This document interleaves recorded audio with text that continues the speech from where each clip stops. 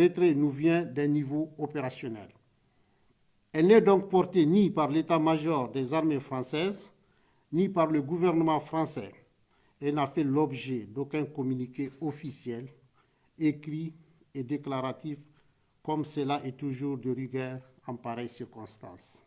Mais encore, cette annonce du retrait des forces françaises au Sahel intervient à un moment où la France refuse de rappeler son ambassadeur déclaré persona non grata par les autorités et la justice nigérienne.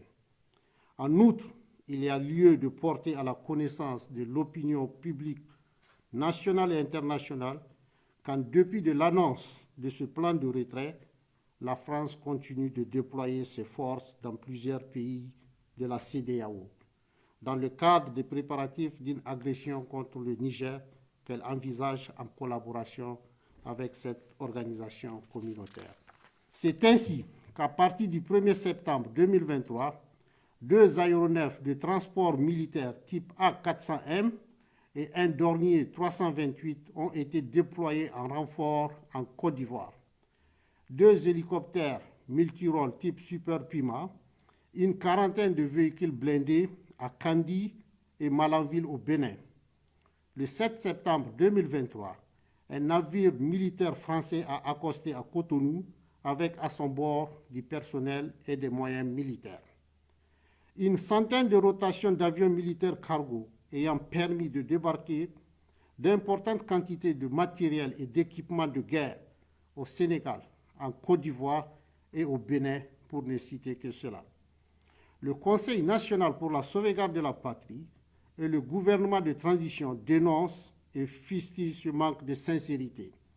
Ces manœuvres sournoises et dilatoires qui visent à émousser dans la durée l'ardeur patriotique du peuple nigérien dans sa lutte pour le retrait total des troupes françaises du Niger pour ensuite mieux réussir une intervention militaire contre notre pays.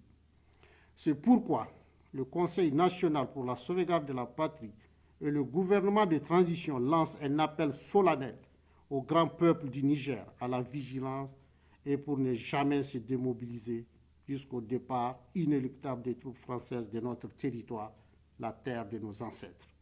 Enfin, le Conseil national pour la sauvegarde de la patrie et le gouvernement de transition prennent à témoin l'opinion nationale et internationale sur les conséquences de cette attitude agressive, sournoise et méprisante adoptée par la France.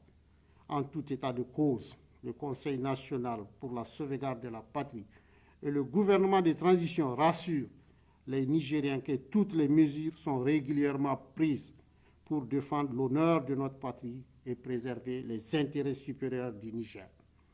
Vive le CNSP et le gouvernement du Niger, vive le grand peuple nigérien, uni, solidaire et fier. Vive le Niger. Fait à Niamey le 9 septembre 2023. Communiqué. Le Conseil national pour la sauvegarde de la patrie et le gouvernement de transition ont appris avec stupéfaction 2 attaques lâches, ignobles et barbares perpétrées contre le peuple frère du Mali. La première attaque a visé un bateau ravitailleur avec des moyens nouveaux. En effet, ce bateau visé est non seulement utilisé pour la desserte de la ville de Gao et ses environs, et est surtout un moyen civil rendant des services humanitaires au profit des populations. Le 8 septembre 2023, une deuxième attaque avait visé le camp militaire de Gao avec 4 véhicules et des drones kamikazes. Il y a lieu de rappeler que si ces actes barbares et ignobles ont été possibles, c'est surtout grâce au concours en logistique et équipements nouveaux que certaines puissances tapies dans l'ombre apportent aux terroristes dans le seul dessein de déstabiliser le Sahel pour leur propre intérêt égoïste et foncièrement mesquin. Le CNSP et le gouvernement de transition apportent leur soutien indéfectible au peuple frère du Mali, condamnent avec force ces attaques et mettent en garde contre toute déstabilisation de notre sous-région. Fait à Niamey le 9 septembre 2023.